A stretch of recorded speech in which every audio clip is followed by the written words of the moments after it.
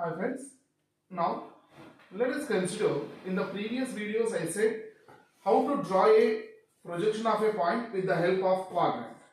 But in the exam we don't able to carry this type of things. Then what I have to do? If you remember this particular chart, what I am going to explain now, with the help of that you are able to answer any of the question from the projection of the points. How it is, sir? Let us consider. If it is HP, this is VP. Now once a point is here, once the point is here, it is going to be above HP, and here also it is above HP.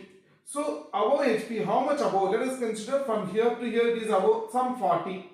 So this above information in which view we will get? In the front view. So the shadow will fall here. Above information we will get it in the front view. So if it is here, below information also we will get it in the front view. On HP information also we will get it in the front view. So once if we want to draw the front view, how we can able to get it? So if it is my XY line, if this is the XY line, first of all we will concentrate on front view, then we will concentrate on top view. So front view, what is the front view? So we are going to represent with small letter with, front view is going to represent with small letter with prime. So for example, let us consider point is some above, whether it is 10, 20, 30, 50, whatever it may be, some above HP here, it is in the first quadrant, it is here. This shadow will fall here, the shadow will fall on VP at this location. But where it is, so whenever it is an object, we have to specify this information above HP. But once it is a shadow, that is front view, we should not say above HP or below HP or in front of VP like that. We have to give with reference to XY line. This is the most important point. Object can be specified with respect to principal planes, that is HP and VP. But front view and top view will be represented with respect to XY line. So if it is above HP, the shadow is falling where it is? Above XY line. If the point is above HP, its shadow will fall above XY line. Not only here, sir. Here also it is above HP. Once it is here, this shadow will fall here. This is also above XY line. What is the blind information you have to remember? Once the point is above HP, front view is above XY line. Once the point is above HP, front view is above XY line. So let us consider some particular point L above HP. Therefore, what I have to do? It is going to represent with L dash. When I have to write this L dash above XY line, that is, if a point is above HP, whatever I am writing in the bracket, it should not be written in the drawing. It is only for your reference, for your remembrance only I mentioned here. So only L dash you have to draw it. Now second case, let us consider if a point is below HP. Now in this case the point is below HP, some below. This is the below information. The front view will fall below XY line, front view will fall here. This is below XY line. Therefore, once a point is below HP, front view will fall below XY line. Here also, if a point is below HP, front view will fall below XY line. So, that particular point I am assuming as N. So, if I am going to write here as N dash, what is meant by N dash? The point N is below HP. Point N is below HP. Good, sir. Once a point is above HP or below HP, we know it. But once a point is on HP, what is the situation? Let us consider the point is on HP. Its shadow will fall here. This is on XY line. Not only here. If the point is here, it is on HP. This shadow will fall here. This is also on XY line. So what is the point you have to remember? If a point is on HP, its front view will fall on XY line means whenever the front view is on XY line, what is the meaning of it? That point is on HP. That point is on HP. This is very simple, sir. If some K dash is above XY line, K dash is above XY line, K dash is front view. So if the front view is above XY line, means the point is above HP. Now sir, some particular point is below HP. Then what I have to do? Its front view should drawn below XY line. If a point is on HP, its front view should be drawn on XY line. This is about front view. Now let us consider top view. So how we have to represent the top view? It is going to represent with small letter.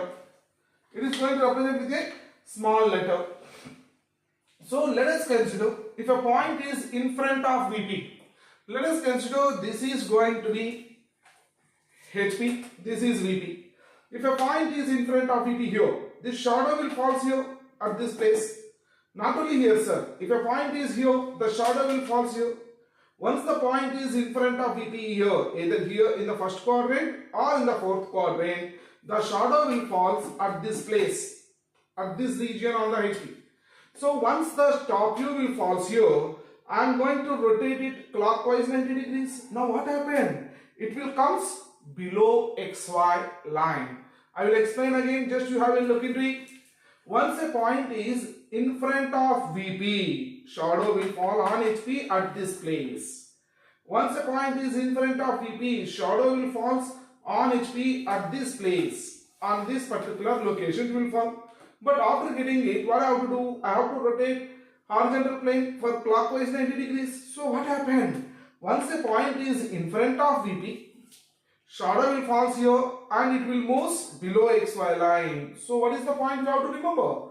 Once a point is in front of VP, once a point is in front of VP, its top view will form below XY line. Some here, small h I am writing here. What is the meaning of small h? That point h is in front of VP. Small letter is related to top view. In the top view, what we can able to know? In front and behind information. So small h means top view. In the top view, either in front or behind information we know. So once this top view point is below XY line, it is related to in front. So what is the meaning of here? In front VP. In front VP. Good. Now let us consider if a point is behind VP, what will happen? So in this case, this point is behind VP. So once a point is behind VP, its shadow will fall at this place. Not only here, if a point is behind VP, its shadow will fall here. Once a point is behind VP, the top view shadow will fall here. Top view will fall here. After rotating HP for clockwise 90 degrees, this will move above XY line. This will move above XY line. So once the point is behind VP, top view will move above XY line. So once if I write top view above XY line, what is the meaning of it? That particular point is behind VP. That particular point is behind VP. Good. Sir, what about the another situation? So the point may be either in front of VP or behind VP or it is on VP. So once the point is on VP, its top view will fall on XY line. On HP or XY line it will fall.